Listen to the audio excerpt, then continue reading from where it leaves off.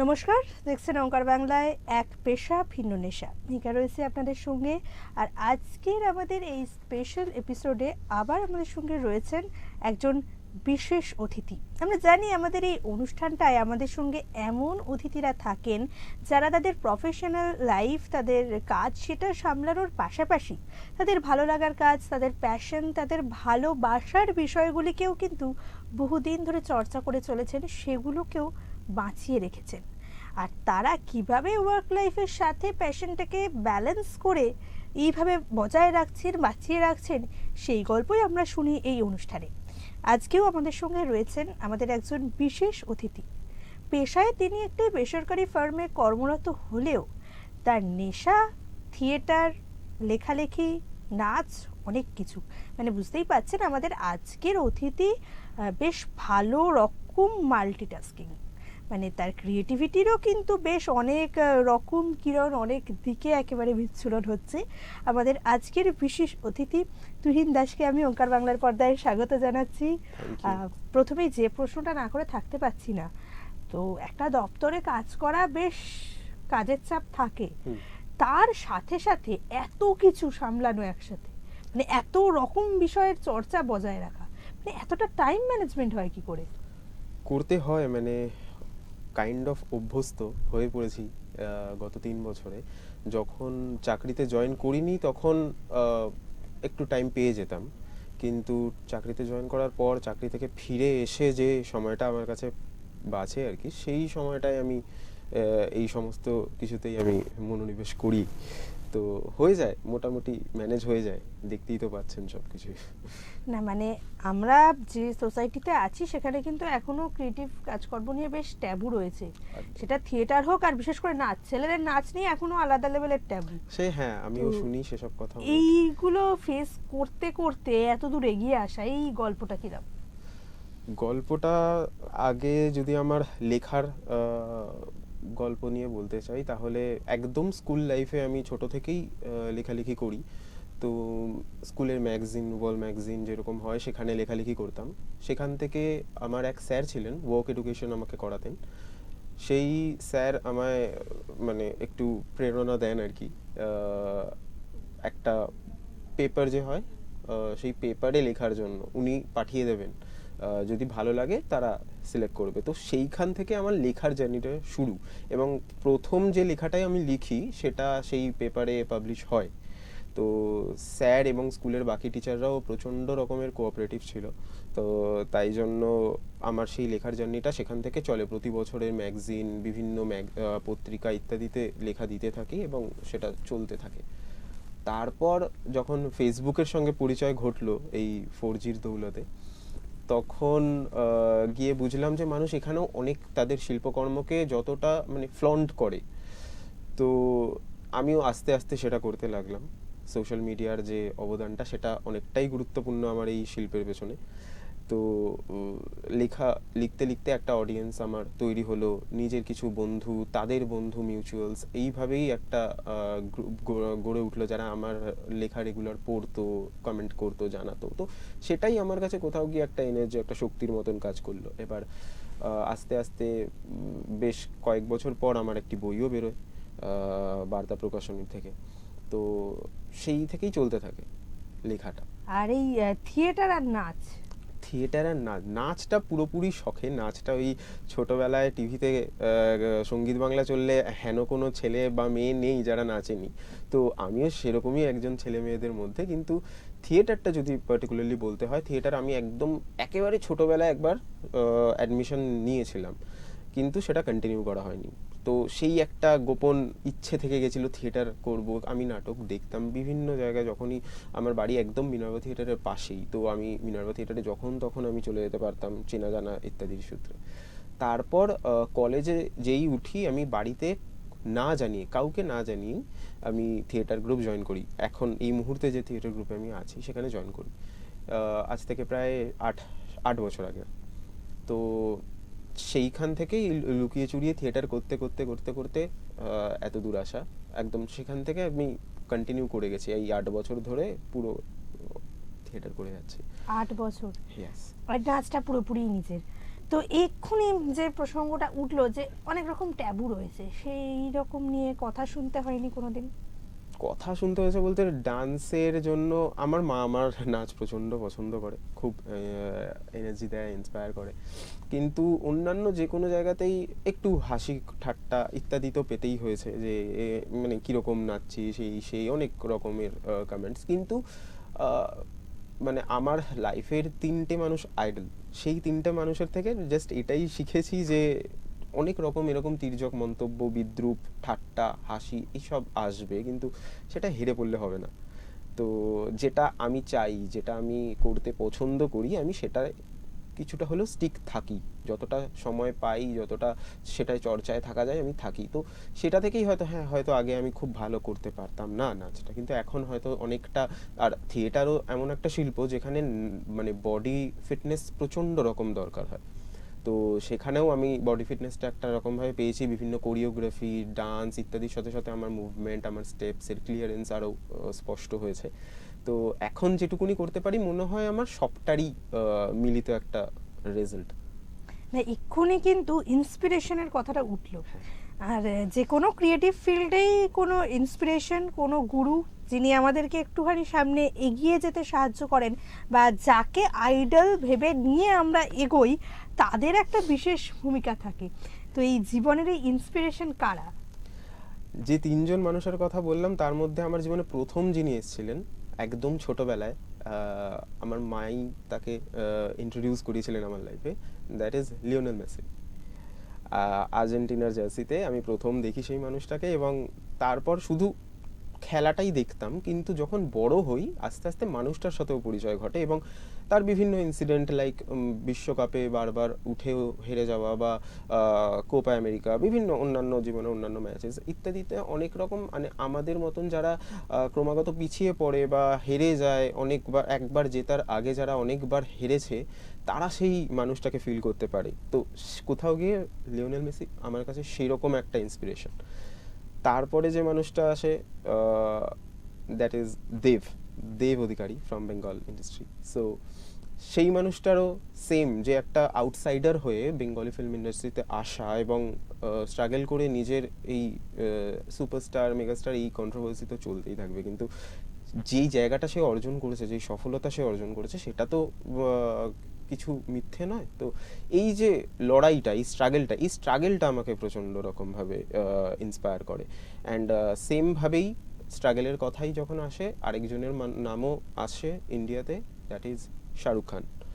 So এই তিনজন মানুষ আমাকে বিভিন্নভাবে, তাদের বিভিন্ন কথাবার্তা, মানসিকতা, মনন, আধুনিক যে মনন, সেই মনন দিয়ে আমাকে প্রচণ্ডভাবে ইন্সপায়ার করে, এবং আমি হয়তো পুরোটা শিখতে পারিনি, এখনো অনেক শেখা বাকি, কিন্তু কিছুটা নিজের জীবনে তাদের দর্শনটাকে ফলো করার চেষ্টা করি। আর এই যে থিয়েটার করা, হাতে ধরে থিয়েটার শেখা, এই শেখার মধ্যে কোনো বিশেষ ব্যক্তি আছেন যিনি হয়তো অনেকটা পরিণত হয়ে উঠতে সাহায্য করেছেন? একদম, এরকম কেউ আছেন? একদম। আমি তার নাম না নিলে মনে হয়, মানে সচিন টেন্ডুলকারের যেরকম আচরেকর স্যার ছিলেন, আমার জীবনেও একজন আচরেকর স্যার আছেন, যিনি আমি কমপ্লিটলি একটা অন্য তুহিনকে, যে এই তুহিনে আমি যে সামনে এখন বসে রয়েছি সেই তুহিনের কনভার্ট করেছে। দ্য ম্যান ইজ বোধিসত্ত্ব মজুমদার, যিনি আমার এই থিয়েটার যে দলে আমি কাজ করি সেখানের ডিরেক্টর। তো আস্তে আস্তে আমি প্রথমে যখন তার সঙ্গে পরিচয় পাই, তার একটি নাটক দেখেই আমার তার সঙ্গে পরিচয় ঘটে, এবং সেইখানে তার পরিচালনা এবং অভিনয় দুটো দেখেই আমি এতটা ইন্সপায়ার, মানে এতটা ভালো লাগে, ইন্সপায়ার বলবো না, ভালো লাগে এতটা, যে আমার মনে হয় আমি এখানেই জয়েন করব। সেই মুহূর্তেই আমি শো শেষ হওয়ার পর আমি কার্টেন কলে গিয়ে তার সঙ্গে ব্যাক স্টেজে দেখা করি, কথা বলি যে আমি কিভাবে দল জয়েন করব তোমার, বলো। তো আমার বাড়ি থেকে বেশ অনেকটা দূরত্ব, অনেকটা দূর, আমাকে ট্রেন জার্নি, মেট্রো অনেকটা ভেঙে ভেঙে যেতে হয়, বাট স্টিল আমি তখন যেতাম, বাড়িতে না জানিয়ে, লুকিয়ে চুরিয়ে, রাত হয়ে গেছে তবু। সেই মানুষটা যেভাবে করাতো বা যেভাবে শেখাতো, সেইভাবেই আমাকে, আমার এত, মানে থিয়েটারকে আরও ভালোবেসে ফেলার কারণ হচ্ছে সেই মানুষটা। এবার থিয়েটার শুধুমাত্র যে মঞ্চের গল্প বলে তা নয়, থিয়েটার করতে গেলে মানুষের জীবনের দর্শনও অনেক রকম পাওয়া যায়। তো এভাবেই আস্তে আস্তে সেই মানুষটা আমাকে জীবনেরও অনেক টুকিটাকি ইত্যাদি বলতে থাকে, বোঝাতে থাকে কিভাবে আরো ভালো মানুষ হওয়া যায়, সেই শিক্ষা দিতে থাকে। তো আমি বলতে পারি এই মুহূর্তে যে তুহিন বসে রয়েছে সেই তুহিনের পেছনে অনেকখানি শিক্ষার অবদান তার। আচ্ছা, এমন কোনো ইনসিডেন্ট মানে যেটা ধরুন এই যে এগোচ্ছেন, থিয়েটার শুরু হয়েছে, লেখালেখি শুরু হয়েছে, এমন কোনো স্পেশাল ইনসিডেন্ট আছে যেটা যেন হঠাৎ করে চেঞ্জেসটা অনেকখানি চেঞ্জ করে দিল, বা যে গতিতে ম্যাচিওর হচ্ছিল কলম অথবা অভিনয় সেই গতিটাকে একটু ত্বরান্বিত করে দিল, এরকম কোনো ইনসিডেন্ট আছে? এরকম কোনো মানে বিশাল বড় সড়ো কিছু ঘটেনি, বড় সড়ো ঘটলে আমি এক্ষুনি বলে দিতে পারতাম, কিন্তু ছোট কিছু ইনসিডেন্টস রয়েছে। যেমন আমি যখন আমার প্রথম বই বেরোনোর কথা তার বেশ 2 বছর আগে আমার সেই বইয়ের পাণ্ডুলিপিটা মোটামুটি তৈরি ছিল। আমি ভেবেছিলাম মানে কোনো সহৃদয় ব্যক্তি যদি এখানে ভালো লাগে তার, সে নেবে, আমি তাকে পাঠাবো। কিন্তু যেই বিষয়টা জানলাম যে একটা ফিনান্সিয়াল ব্যাপার রয়েছে সবটার পেছনেই, তো সেই মুহূর্তে যেহেতু আমি কলেজে পড়াশোনা করছি, হাত খরচের যেটুকুনি টাকা সেইটুকুনি টাকা বাঁচিয়েই যা সব কিছু করতে হয় নিজের শখ পূরণ বলতে গেলে, তো সেই মুহূর্তে আমার পক্ষে ওটা দেওয়া সম্ভব ছিল না। এবং আমি ফ্যামিলিতেও কাউকে সেইভাবে সত্যি বলছি জানাইনি, কারণ আমি যে পুরো বিষয়টাই করতাম সেই পুরো বিষয়টাই আমার নিজের মধ্যে এবং ওই স্মার্টফোনের মধ্যেই সীমাবদ্ধ ছিল। আমি খুব বেশি ঘরের বা বাড়ির কারোর সাথে সেই সব জিনিস শেয়ার করতাম না বা কিছুই করতাম না, এবং তারাও সেভাবে খুব একটা জানতে চাইনি এক্সেপ্ট মাই মম। অ্যান্ড তাই জন্য আমি সেই মুহূর্তে বইটা দিয়ে উঠতে পারিনি, এবং প্রায় অনেকটা কথা এগিয়ে গিয়েছিল বইমেলায় তোমার বই আসবে, কিন্তু শেষ মুহূর্তে যখন হলো না সেই কষ্টটা আমার প্রচণ্ড হয়েছিল। সেই কষ্টটার পর নিজে ঠিক করেছিলাম যে না, আমাকে আরও নিজেকে বিল্ড আপ করতে হবে, যাতে প্রকাশক যিনি আছেন তিনি স্বেচ্ছায় চান যাতে আমি তার সঙ্গে কাজ করি। তো সেইটাই হয়েছিল, এবং তার 2 বছর পরে আমার সেভাবেই বই বেরোয়। তো এটা একটা ছোট ঘটনা বলতে পারেন। তো এরকম বিক্ষিপ্ত কিছু ঘটনা রয়েছে, মানে ছোট ছোট ঘটনা। প্রথম যে বই প্রকাশ হলো, প্রথম ব্রেন চাইল্ড হাতে পৌঁছলো, সেই মোমেন্টটা কেমন ছিল? সত্যি বলছে মানে অনেক কিছু ভেবে গেছিলাম, অনেক কিছু বলবো, অনেক বড় বড় কথা বলবো, কিন্তু সত্যি যখন নিলাম হাতে বইটা তখন বইটাকে আগে দেখলাম, মানে সেইখানে দাঁড়িয়ে আগে বইটা দেখলাম যে কেমন লাগছে দেখতে। প্রথম নিজের বই, নিজের মানে পাতা উল্টে 2-3 পৃষ্ঠা উল্টে দেখলাম যে আমার লেখাগুলো কিভাবে উঠেছে। তো সেইটাই যেন আমার কাছে মানে আর কিছু বলতে পারিনি সেভাবে, তথাকথিত কোনো শব্দ সেইভাবে আসেনি, কিন্তু হ্যাঁ খুব ভালো লেগেছিল যে আমি যেরকম মানে হয়তো এখন দাঁড়িয়ে আমার মনে হবে যে আমি আরও বেটার লিখতে পারতাম বা করতে পারতাম, কিন্তু সেই মুহূর্তে দাঁড়িয়ে আমার যে প্রথম লেখার যে বিকাশ সেটা ওই বইটির হাত ধরেই হয়েছিল। বইটির নাম ছিল ট্রাম লাইন। তো সেই ট্রাম লাইনের হাত ধরেই হয়েছিল। তো তাই জন্য আমি খুব কৃতজ্ঞ, আমি সেই প্রকাশকের কাছেও কৃতজ্ঞ, এবং অবশ্যই বাকি যারা কিনেছেন, পাঠকরা যারা কিনেছেন এবং জানিয়েছেন তাদের কতটা ভালো লেগেছে, তাদের কাছেও কৃতজ্ঞ। হ্যাঁ, এই যে বই নিয়ে এত কথা হলো, লেখালেখি শুরুর গল্প বেশ আমরা শুনলাম, তো এতখানি গল্প যখন শুনলাম লেখালেখি নিয়ে, তখন তো কোনো একটা ছোট্ট লেখা হোক, কবিতা হোক, সেটা শোনার একদমই বাদ দেওয়া যেতে পারে না। তো যদি সেরকম ছোট্ট কিছু দর্শকদের জন্য শোনানো যায়। আচ্ছা, আমার রিসেন্ট লেখা একটি পড়ছি, একদমই ছোট লেখা। তো এটা আমার খুব কাছের, এবং বেশ মানে সোশ্যাল মিডিয়ার দৌলতে এটা বেশ ভাইরাল হয়েছিল, কাইন্ড অফ যে শব্দটা ভাইরাল সেটা হয়েছিল, তাই জন্য আমি সেটাই প্রথমে পড়ছি। প্রবল আঘাতে হয়ে পড়ো যদি জখমও, আমি হব এক প্রেমিক মানানসই। পাশে থাকাটা আর্ট হয় যদি কখনো, আমি যেন তাতে দা ভিঞ্চি হই। সো এই ছোট লেখাটা প্রচণ্ড ছড়িয়েছিল সবার মধ্যে, তো এটা আমার নিজের খুব প্রিয় লেখা।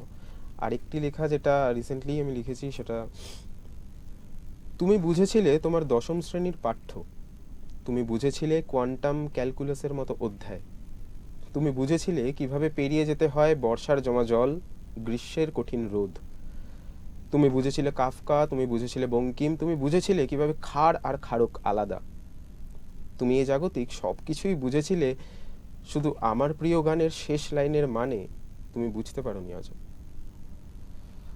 মানে লেখালেখির মধ্যে বেশ রোম্যান্টিকতাটা বেশ ভালো মতো জড়িয়ে আছে।